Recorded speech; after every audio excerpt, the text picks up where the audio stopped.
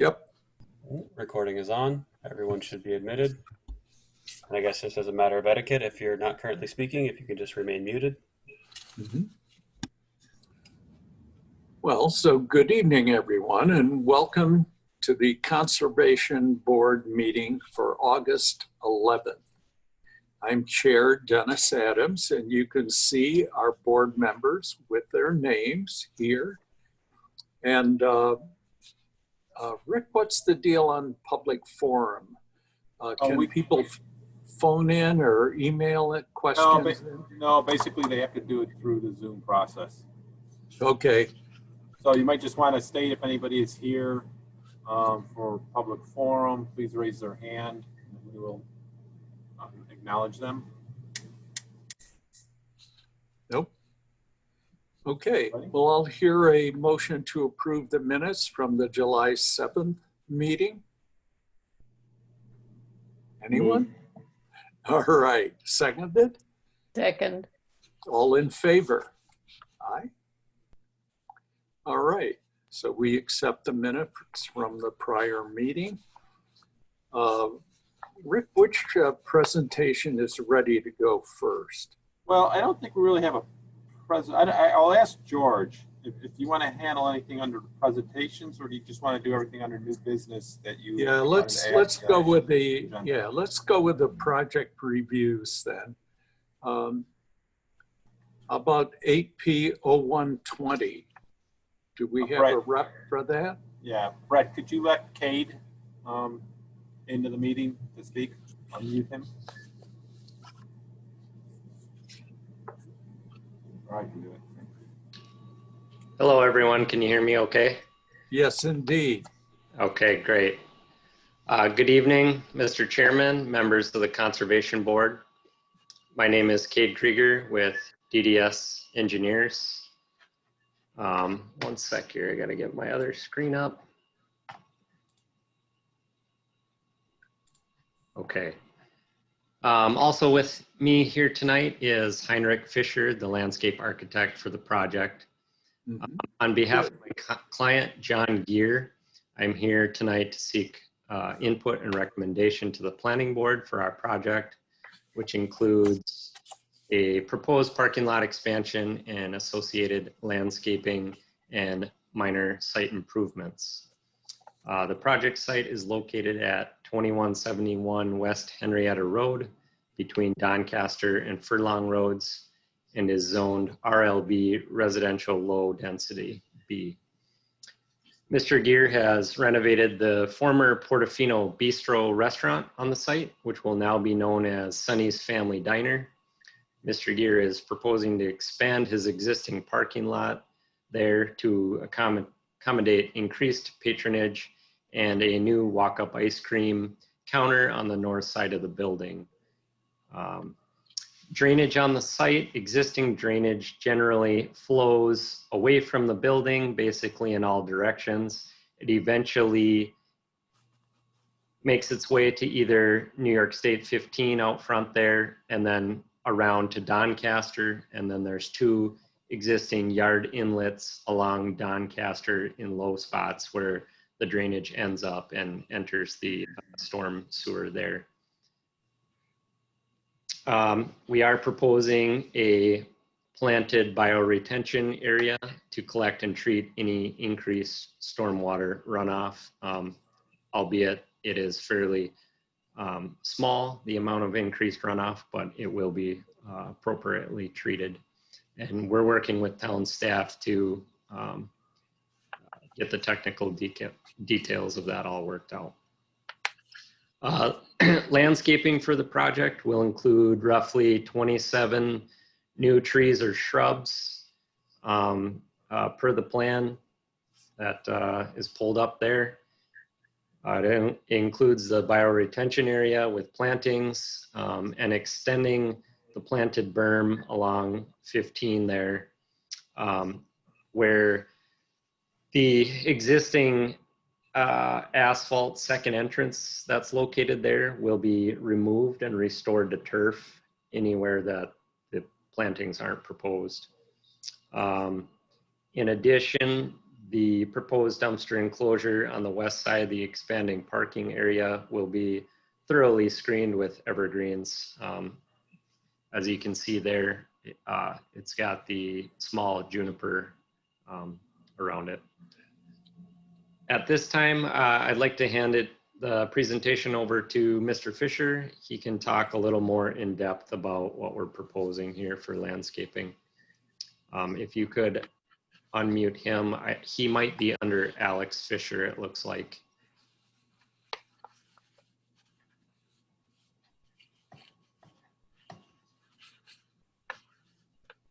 Good evening, board and Mr. DiStefano.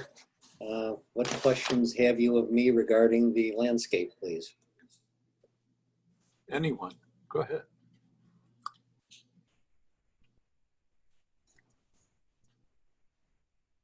Well, I have a comment, not a question. I just wanted to say this seems like a significant improvement over what is there. I appreciate the planting of many new trees, and particularly along the street as well. I think it'll be a big improvement. My question regarding the plantings along Western Inner Road, have you talked to the state in regards to planting in the right of way? Hi, Rick.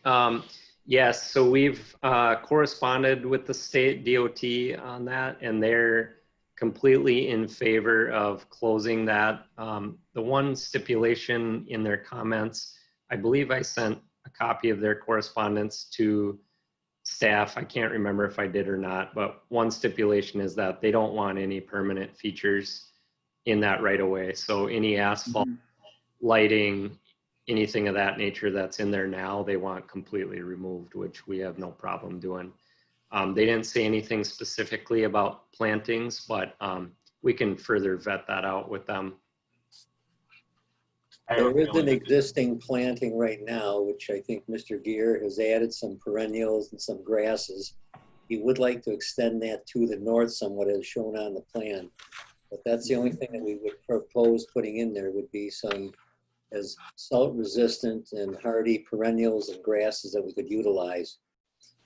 Those things obviously would be cut down for the winter time simply because of the snow and the salt and everything, but it would not be really considered a permanent planting, and for any reason, if it had to be removed, you know, it wouldn't be a great financial hardship, but we would like to extend that to the north just to, you know, get a little color to the property and just add to it. Mm-hmm. I just had a couple of quick questions related to species. You know, we tend to prefer native species. The Norway spruce. Yes. Would it be possible to substitute this white spruce for that? With what spruce? White? You could. It will not get as wide, and the Norway spruce will subsist or work very well in the heavier soil that we have out there. I'm not sure. I've talked to a couple of nurserymen. There seem to be some kind of blights hitting the white spruce. Oh, okay. A little bit more, and you know, they really don't know at this stage of the game what's going on, but I mean, we could, you know, switch to white spruce. Yes. Okay. White spruce will eventually, I would say, get about a 15 to 20 foot spread, where your Norway spruce can very easily get more than 30. That's one of the reasons I chose that plant, simply because it was going to give us more evergreen coverage. But I wasn't aware that there were blight issues, disease issues.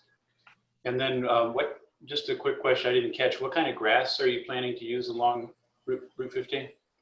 I'm going to guess, I mean, mostly switch grasses, you know, Okay. the ornamental grasses, yes. Switchgrass is good, yeah. That's it, thanks. All right. Any questions? I just have a comment or a technical comment for Cade. Cade, there is a stipulation in our code regarding how much pavement can be in a front yard. This is a residentially zoned property, even though it's got a commercial use variance. Okay. And there is a maximum of 30% of paved area in a front yard. I think you're probably going to be expanding on a pre-existing non-conforming situation, which could require a variance. Okay. So it's something that we'll need to discuss maybe tomorrow or something. Just I wanted to bring you aware of that. Sure, certainly. Yep.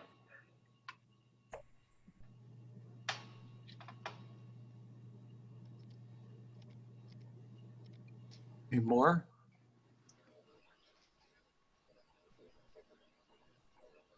Well, it would appear the code issue would be our only comment. Hey, Dennis, I will put the comment to the planning board that our typical native species should be considered. Yes. Just put that out there, and if Sure. they don't work for that particular property, or the Norway spruce is a better planting there, then that would be up to the planning board for that decision. Fine. We all good with that? All right, then. I guess we're done with this. Thank you all. Thank you. Thank you. Hi, George. Hey, Dennis. And now 8P0230, 2816 Monroe Avenue. This is the animal hospital, which appears to have a serious shortage of green space.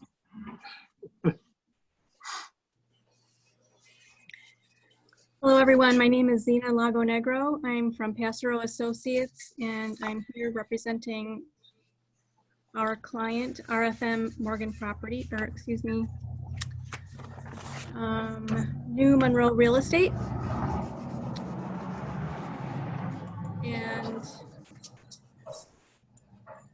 the proposal is to expand and reconfigure the parking area to increase the number of spaces from 36 to 47 spaces to serve the existing Marion Hospital. The project includes the reconfiguration of the existing parking lot to provide additional parking spaces, as well as additional plantings and trees that will be installed to mitigate the addition of the new spaces. And the current drive aisle on the right side of the property, or on the east side of the property, will be expanded to the property line. And approximately 2-foot high retaining wall will be placed on the property line. There's already an existing decorative fence that belongs to the neighboring bank that is on that property line. We are proposing to install new landscaping along the street frontage and adjacent to the parking along Monroe Avenue, and also in the rear, adjacent to the parking lot and the drive aisle.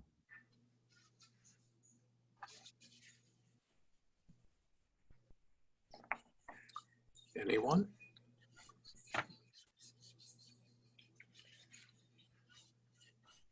Yeah, so I have a quick question. I didn't do my homework closely enough. Rick, can you tell us what the code minimum is for parking spaces for a facility like this?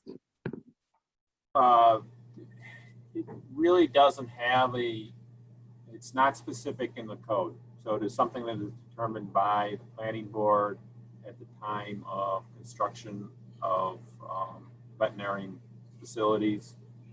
I understand that one of the issues with this particular space is that they were leasing spaces from the neighboring property, which is basically no longer owned by Amazon's, is under different ownership and is under development. So they have lost those parking spaces that were necessary to, in order to have people properly parked on the site. So really it is a as-need basis, Christine. So that leads, thank you. That's helpful to understand. So the impetus for expanding the coverage of the lot and adding spaces is largely because of the loss of the shared spaces on the adjacent property. Do I understand that correctly? Mm-hmm. All right. Is there potential for shared parking with the bank on the other side, or entering into an agreement with the new owners of the former Mama San's property? Just seems like a lost opportunity when so much of that space in that corridor is going to be connected for shared parking only to have this particular property squeezed out and then expanding coverage of the property. Dina, can you address that? I'm not aware of there being any shared parking agreements with the bank next door. It's certainly something that we can look into. Yeah, and when I consider how traffic at bank definitely diminished and considerably now, but it has been already diminishing over time, there may be an opportunity here to, I don't know, mitigate the need to pave over more of the surface. Understood.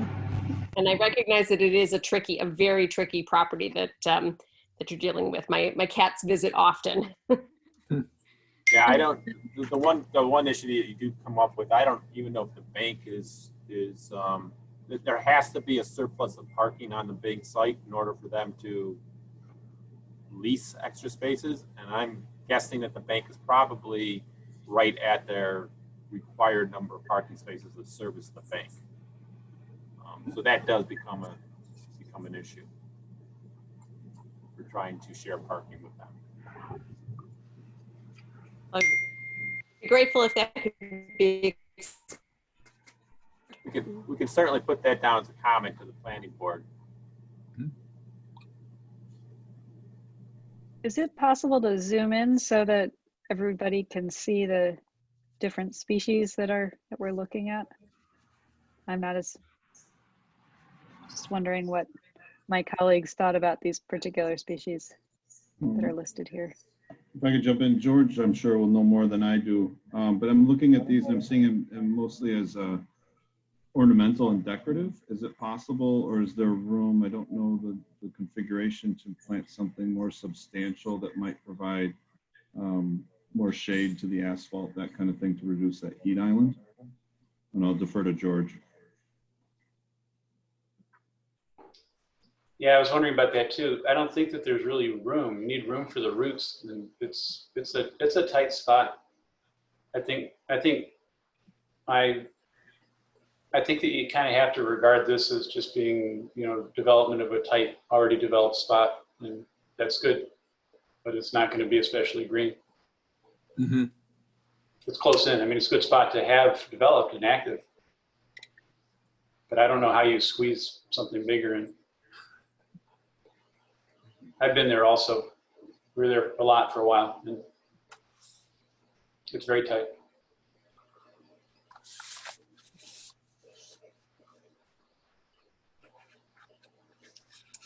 Any more comments, questions? Nope. So to recap, our comments are investigate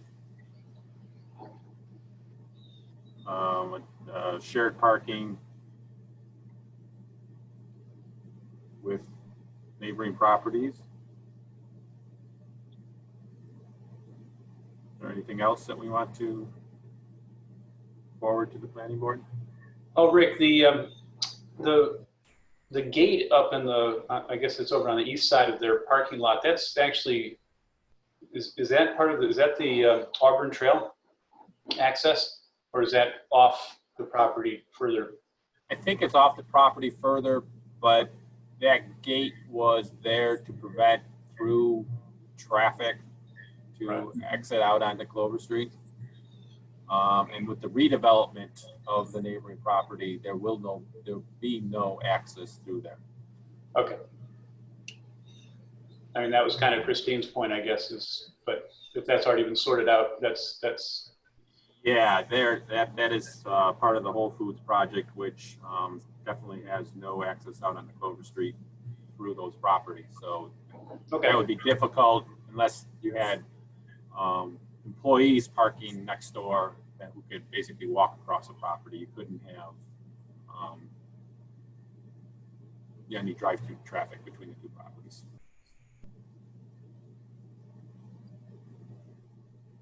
Anything more?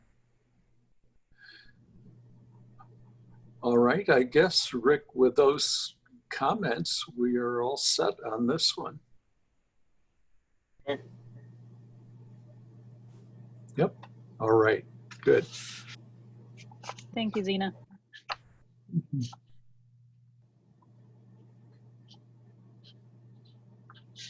So we'll move on to 8P0320. The plan to demolish 2 20-stall carports at the Brighton Garden Apartments and replace them with surface parking. We have representation on that? We do. Yes.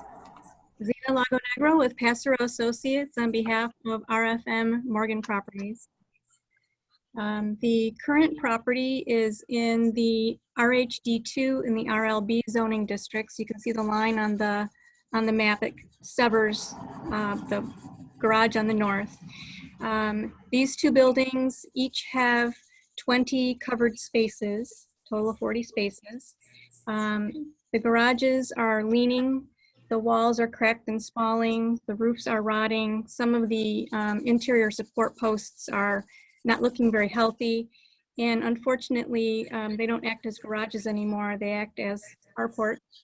And they're being used more to store dismantled vehicles and other trash and items that probably should not be stored there. So the goal is to demolish the garages and to replace them with surface parking. There is existing a 42 plus or minus foot setback along the south property line adjacent to the New Crest Drive residential area. That's not changing. We're going to maintain the line of the rear wall of the garage for the new parking surfaces. New drainage will be installed, trying to read my notes here. A total of 71 parking spaces will be provided to serve the apartment building. All right. Questions, comments? I would just add that covered parking is a requirement in the code. They need at least one covered parking space per unit. So they would have to go into the zoning board for relief of that requirement when they remove these carports. My one question, Zena, are we maintaining the same number of parking spaces on site, or are we gaining or losing any? It's increasing slightly. Let me check my notes here really quickly. The drawings, there's a site data graph on one of the drawings that tells us what's happening with the parking. We're trying to get to that. Yes, I do remember an increase in the number of spaces. Right. It's a slight increase, but it still doesn't meet the requirement. So we're not overdeveloping parking. We're really just staying in the same footprint as the existing garages.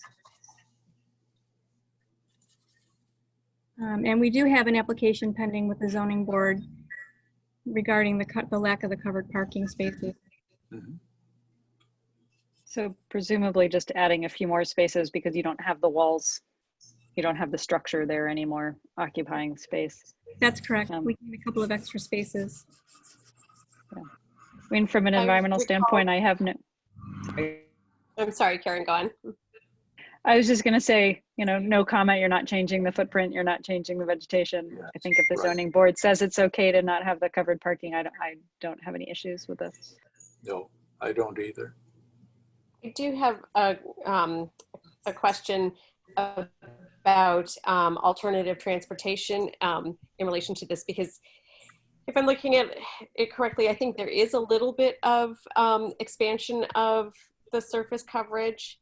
And I'm wondering if there's bike parking amenities or bike storage amenities for residents and visitors. And if when this goes to zoning board, if that can be taken into consideration to in some ways offset the additional coverage of the lot.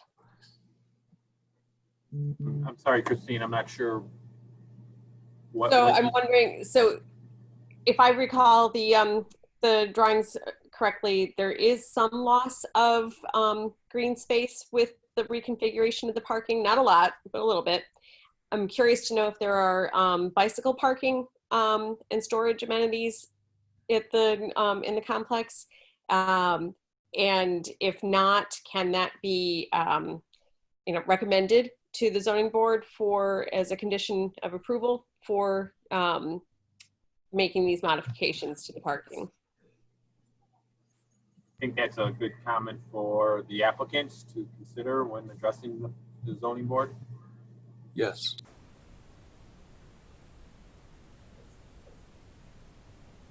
Well, it's important to have all the parking for the vehicles to meet the code requirements. I think we want to also encourage alternative transportation as well. Mhm.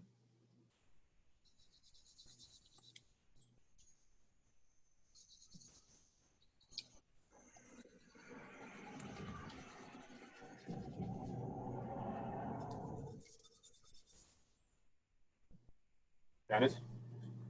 No comments beyond those we've already collected. Yeah. Yeah, basically, I guess for the planning board, we have no comments, correct? Right. There is something out there for the zoning board, which I think the applicant will need to address to the zoning board when they go in front of them. We've got two different boards that we're working with. Planning board that's going to have the site plan modification, zoning board that's going to grant the variance to allow for no covered parking on this site. So I don't want to get our boards confused here. Good, Rick. Thank you. So again, I'll ask no comments from the planning board, correct? For the removal Yes. of the garages. Thank you.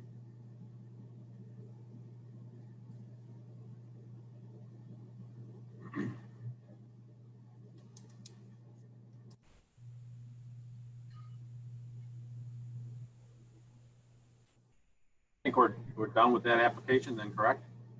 Yes. Thank you for your time tonight. All right. Thank you, Zena. All right. Let's deal with the trees and then we'll move on from there. We had 5 tree recommended removals, and I note in looking at them that 4 of the 5 are already dead. So I don't think comments are necessary on those. They certainly should be removed. And the one on Palmerston Road certainly doesn't look very good with a crack in it. And I concur with the arborist's recommendation. Yeah, I went to see this one, and it's a pretty sizable crack. The tree itself is really healthy. It's just got this terrible crack in it that would, Yes. if I were a resident, I'd be nervous. I don't have a problem with it being removed. It's a pretty large tree, and it's going towards the neighbor's yard. And any side, I mean, you couldn't even see how deep the crack was. Yeah. So I would advocate for having it removed as well. Anybody else okay with that? Oh, yeah, this is David. Yeah, I went out and looked at the Palmerston Road in Hollywood, and I concur with what we just heard. That one on Hollywood certainly is dead. Yeah. Yes, I took a visit to all of them, and I'm surprised we had so many dead trees hanging around without them being identified before.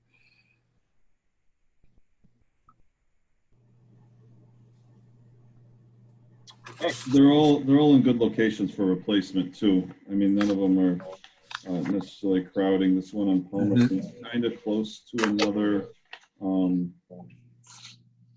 another white pine, but again, it could be replaced depending on where you put them. The rest of them all look like they're good for replacement. Yeah, and I think that was the recommendation, was to replace each one of them. So I think we're good to agree with the removal and replacement for those. Yes. And now, George, you had some new business. You're on. Yes, hi, thank you. There were a couple different things. There's new business and old business, and this past month and a half have been pretty busy as far as community involvement and things that are related to what we're doing from conservation board standpoint. So if we take it in the order that is listed on the agenda, Tony Conti is here representing Brighton Rotary. And I talked with him only just this past week for the first time, although he has been in communication with Matt Beeman about both funding and planting more trees as an ongoing Brighton Rotary project, initially perhaps over at Buckland Park, which is then to say that this would be associated in some fashion with the existing plantings that have been planted in the developed parts of the park, and perhaps some of what we've tried to do as a town activity that I've been, pretty much involved in organizing as far as Arbor Day plantings. The idea, of course, the town of Brighton, by being a Tree City USA, having that designation, has to have these types of programs. So that so it's there's convergence, overlap of interests here, and that's why Tony is here. I don't know if if you wanted to say a word or two, but it's very consistent with the sorts of things that we've been talking about. Yes, this is Tony Conti. I'm excited about it. Brighton Rotary wants to get involved in planting trees. And Rotary International, a couple of years ago, discussed this and mentioned this to all the clubs. And I know many clubs, local clubs, have had their individual projects.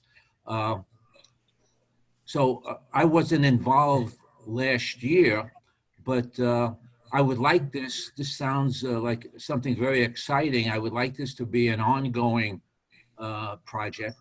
I think that I will be learning quite a bit about the procedures. Talking to George already, I've gotten some ideas in terms of purchasing trees and what would be the best time of the year to get in contact with the different vendors and things like that. So we do have a budget already. I'm going to contribute $2,000 to start, and I know that our foundation, the Brighton Rotary Service Foundation, will probably match it. And I would suspect when we bring it to the club, we'll have individual members who will be making their contribution. So again, this is our first time doing this, and I would hope that this could be an annual thing. Mm-hmm. Yep. So Tony, Mitch Nellis, who's there, is the person who is through Color Brighton Green has been most active with this type of tree planting, replanting, and stuff like that.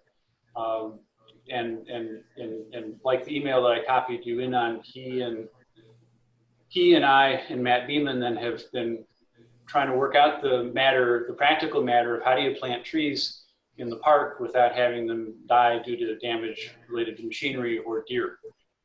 But anyhow, so there's another potential source of trees and another potential source of community involvement, associated with our urban forestry activities in general. Yes, who does not like trees, I mean, so I really would like to kind of make this a community project, we're talking, I was talking to George about making it a family project, adopt plant 10 trees and take care of them, as a family unit. I mean, your children and you could go out and feel proud that you planted these trees and things like that. So Yes.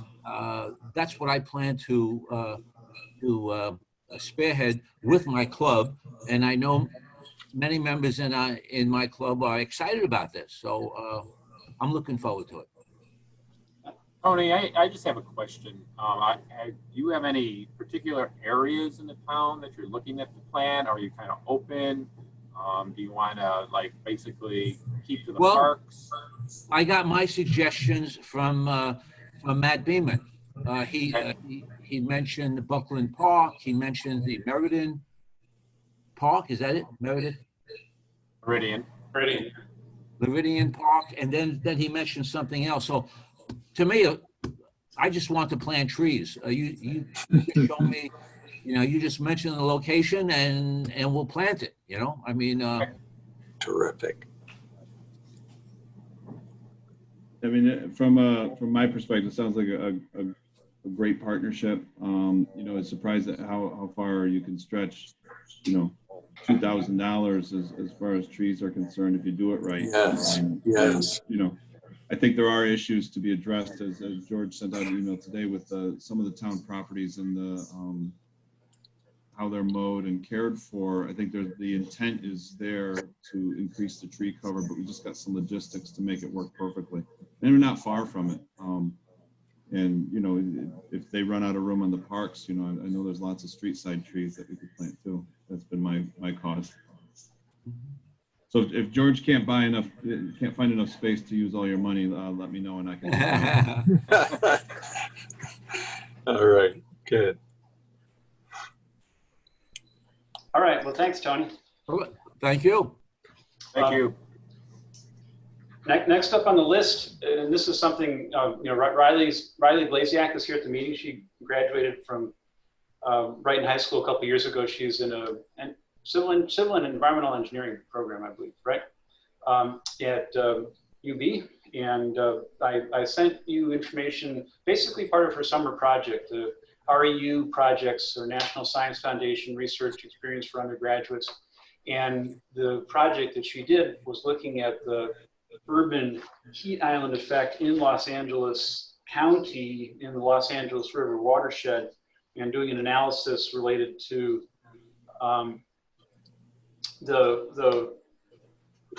related to prioritizing green infrastructure related to heat island, although there are other benefits for stormwater as well. And one of the things, if you happen to take a look at her abstract and then the sort of the poster aspect of it, there's some overlap in terms of the material. That something in the ballpark of 79% of the heat island effect is related to can be accounted for by the amount of vegetation, and that's a combination of vegetation in terms of trees, including amount of canopy coverage, as well as on the ground low vegetation. So this is the reason in addition to being a cool project, I thought you might have some at least passing interest in this, because this is what it is we're trying to be able to do here in the town of Brighton as well. We're very small, but the goals are of this type. And this type of analysis can be done using Landsat data, as Riley used, or it can be done using the tree inventory numbers that we have, and other types of remote sensing data as well. So we're working our way in this direction, and this is an example of where it's been applied. Basically, it takes it to the next step. So I don't know if any of you had any questions related to Riley, or Riley, if you have anything that you wanted to add to that. Riley was one of the founding members of the Brighton High School, the now defunded Brighton High School Lorax Club a couple years ago. He comes by tree planting naturally.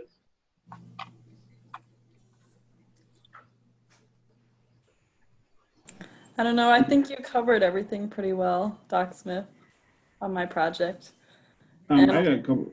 Go ahead. I'm sorry to interrupt. I was reading through what you put together.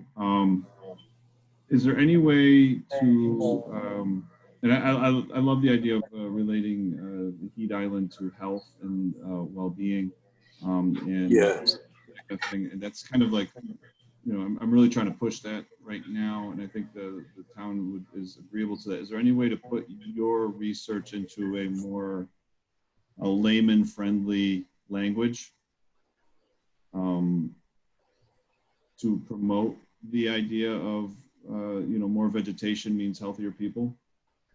If I'm getting your research right. Yeah, well, so there are lots of studies that say that urban heat island like does have negative effects on health. So I guess my portion of the research was showing that like we can implement green infrastructure in certain areas in Los Angeles County. That's where I was doing my research in.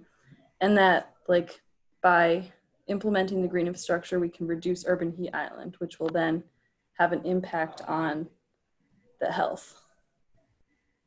So I guess that's it. I don't know if you made any more laymen.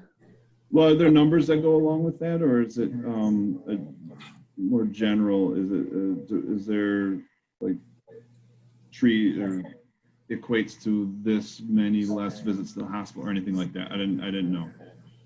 I didn't look specifically into that, but Okay. there definitely are readings and studies that have looked into things like that.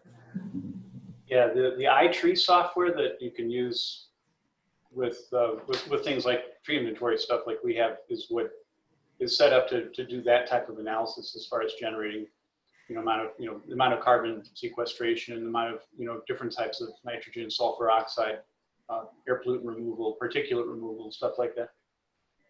It might be a step though if you're trying to look at actual health outcomes, but for sure less particulates and lower indexes better. I think I'm just trying to find research that'll scare people into demanding trees in their front yard. I'm trying to. Well, I think the city of Rochester, the climate vulnerability assessment that the city of Rochester did had a good connection between the temperature increases and the health impacts. And then this work fits into the impact between the vegetation and the temperature increases. So I think if you're looking for a local and you wanted to pull the health side of it, I would look at the work that the city of Rochester has done. Yeah, their climate action plan is nicely done. Yes. More questions of Riley or George here? Look like you're doing some very good work out there. Yes, congratulations to both of you. And if they can get vegetation to grow in LA to help people, we can do it. Yeah. Just have to water it a lot.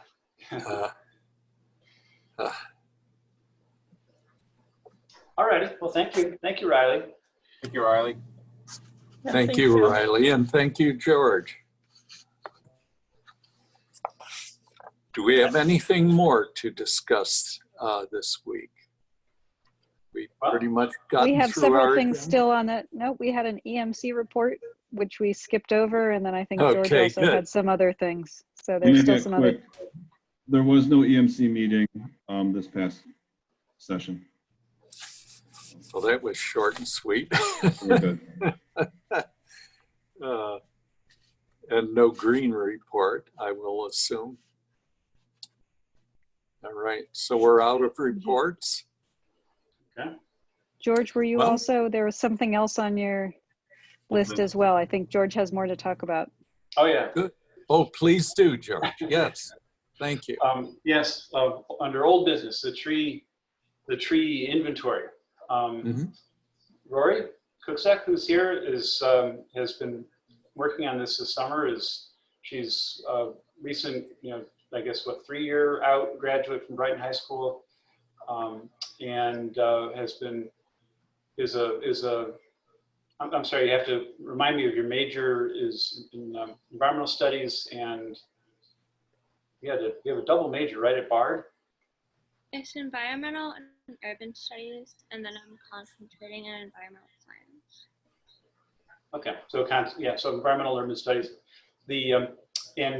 But she likes playing around with GIS software, and she's been involved in some of the work we've been doing out in the park as far as clearing invasive species. But then in her other life behind the computer, she has been putting together the tree inventory, which I've sent you. Actually, you have the copies of it. One is a tree inventory, which is the actual survey form, which you may have some questions or suggestions about. That's already gone past.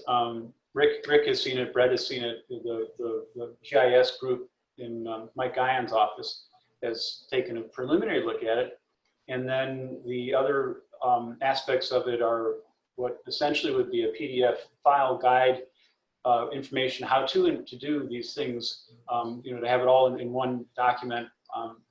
As we've discussed related to other things, it can be very handy to have something as a single document that can even, even be printed out on paper.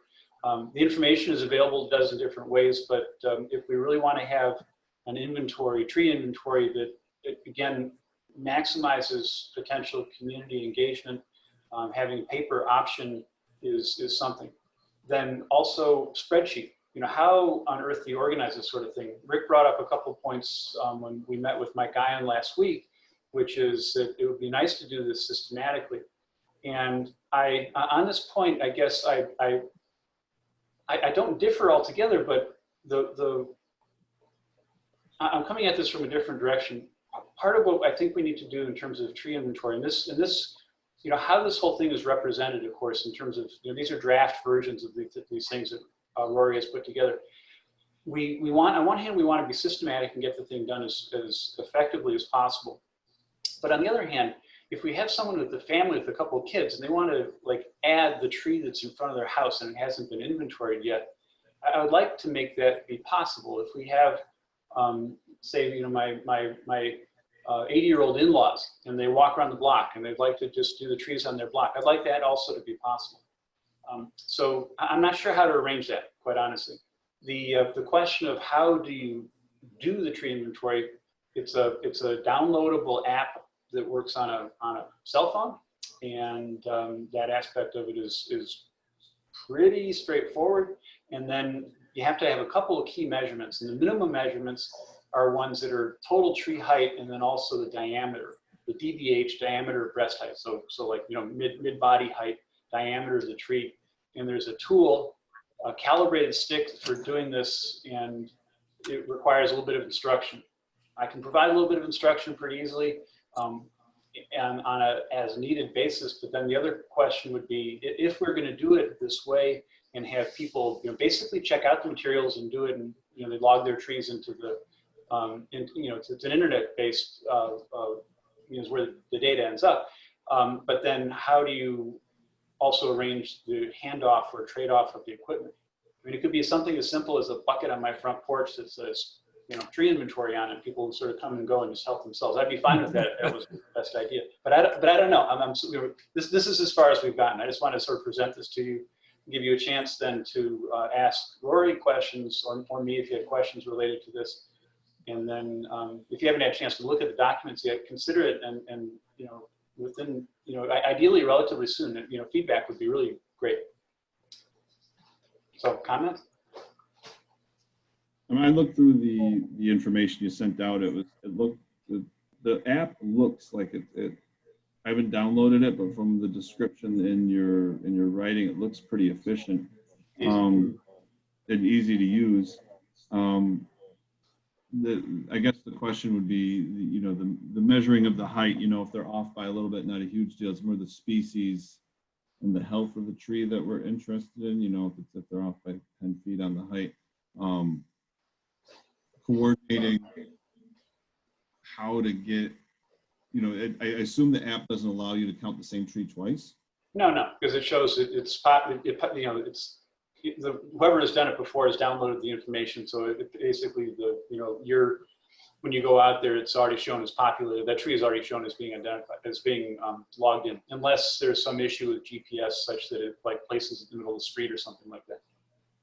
And the only other concern I had was maybe misidentification of the tree. Norwood maples look very similar to a lot of different types of maples around town, sugar maples, that kind of thing,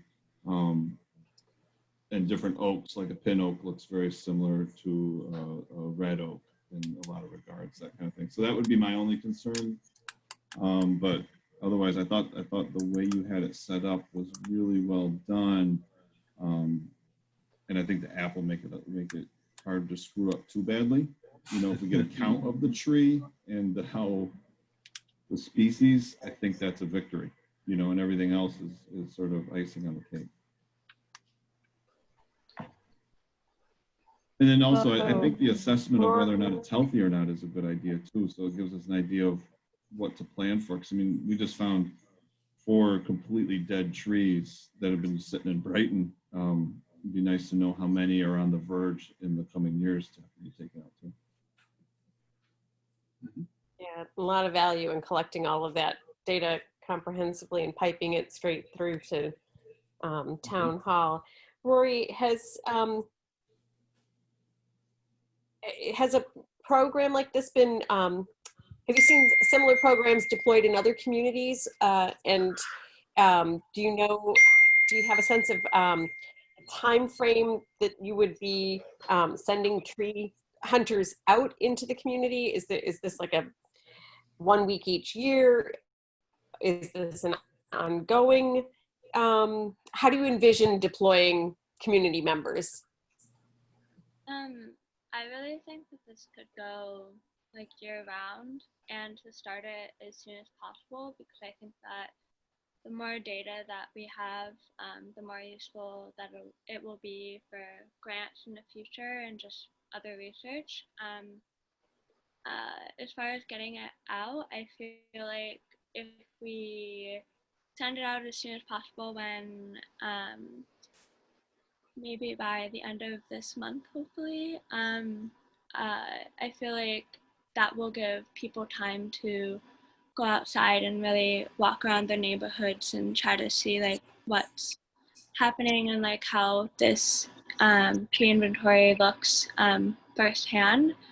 I also think that as far as sending it out to people, I don't know if it should be like the whole community or if it should be like a subsection of the community, just to see like if this is really workable and if this is like if the directions translate well and like how people get just instrumentation wherever that might be. But yeah, I think like as soon as possible. Have you thought of doing like a test run with just grabbing 10 people and see if they could go screw it up? Yeah. You know, Sure. Good idea. like in the coming weeks, you know, hand it off to 10 people and say, hey, try to do this and see if it's confusing or not. And then, you know, sort of beta test it, I guess. So how big is our committee? I think we might have 10 people right here. Get pretty close. And I know some skills. And I know high schoolers who are, you know, feeling like that having something to do would be good. I was going to comment that I appreciate Rick's desire to be systematic about it, but I also appreciate the idea of it being able to be driven by people who want to do it. You know, I'm just reflecting on students who were in school 2 days a week, and you know that it could be something that one could safely do on one of the days when you're not in school in small groups. So that's, again, I appreciate the way in which it could be done in a bit more of a dispersed way. And I wonder about whether what we potentially could do is just try getting the word out and see who does it in the next 2 months before the leaves fall, and then evaluate and say, okay, how do we become systematic if we find major gaps after that point. So. Thank you, Karen. Wise thoughts indeed. I just had one more thing, maybe some sort of spot checking of people's work to make sure it's being done correctly, you know? I don't know, like having an expert that sort of knows they're not going to test them all, but maybe gets a tree on every street to make sure it's done right, that kind of thing, just to double check it. Make sure the process is going the way it's supposed to go.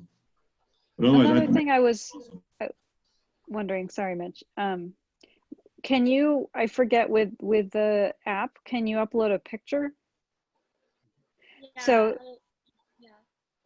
yeah, so that's a pretty, like, if we have questions about misidentification, if we have somebody who can go back through and check those, if there's leaves and bark and another way that doesn't require actually going out to the trees, at least for the identification part. Yeah, that's part of what Rory put into the survey app, was a link to iNaturalist, I think is the one that you've used it. So, and that's something, take a look at the, test it out, but I guess also take a look at the survey itself as far as does it elicit the type of information that you think is necessary. That would be one thing. It requests a couple pictures, something further back and something closer, but perhaps a closer picture that's big enough to be able to see it, clearly see a leaf. It's not always going to be possible, but that might be helpful. Related to what Mitch was saying, I think that depending on the type of tree, or like family of trees, the checking, probably not random spot checking as much as specifically checking certain types of things. The oaks are going to be a problem. Norway maples, the size will pretty much allow you in many cases to decide whether it's a silver Norway or a sugar maple, just based on when they've been planted in the community. Yes. So there's some things like that that might sort out kind of easily, and misidentification can be spotted and corrected probably pretty quickly. And if I saw correctly, Rory's, you've included a recommended identifier app that folks could use as well. And those seem to be getting more and more accurate. That there's quality control built right in right there too, if people actually use the app. Mm-hmm. I guess we'll see. Just to clarify, of the files you attached, the one that's the tree inventory survey, that's what it would look like within the app. Is that correct? The Be a Tree Hunter? That's what it would look like when you pull it up on the field app. Great.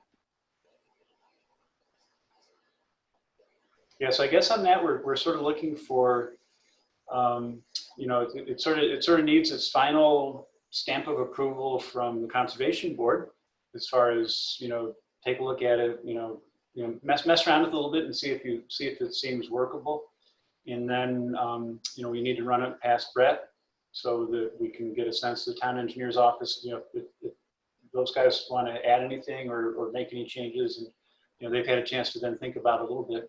And then at that point, it can be, essentially published for real and, collect real data. So this fall would be fine, for sure.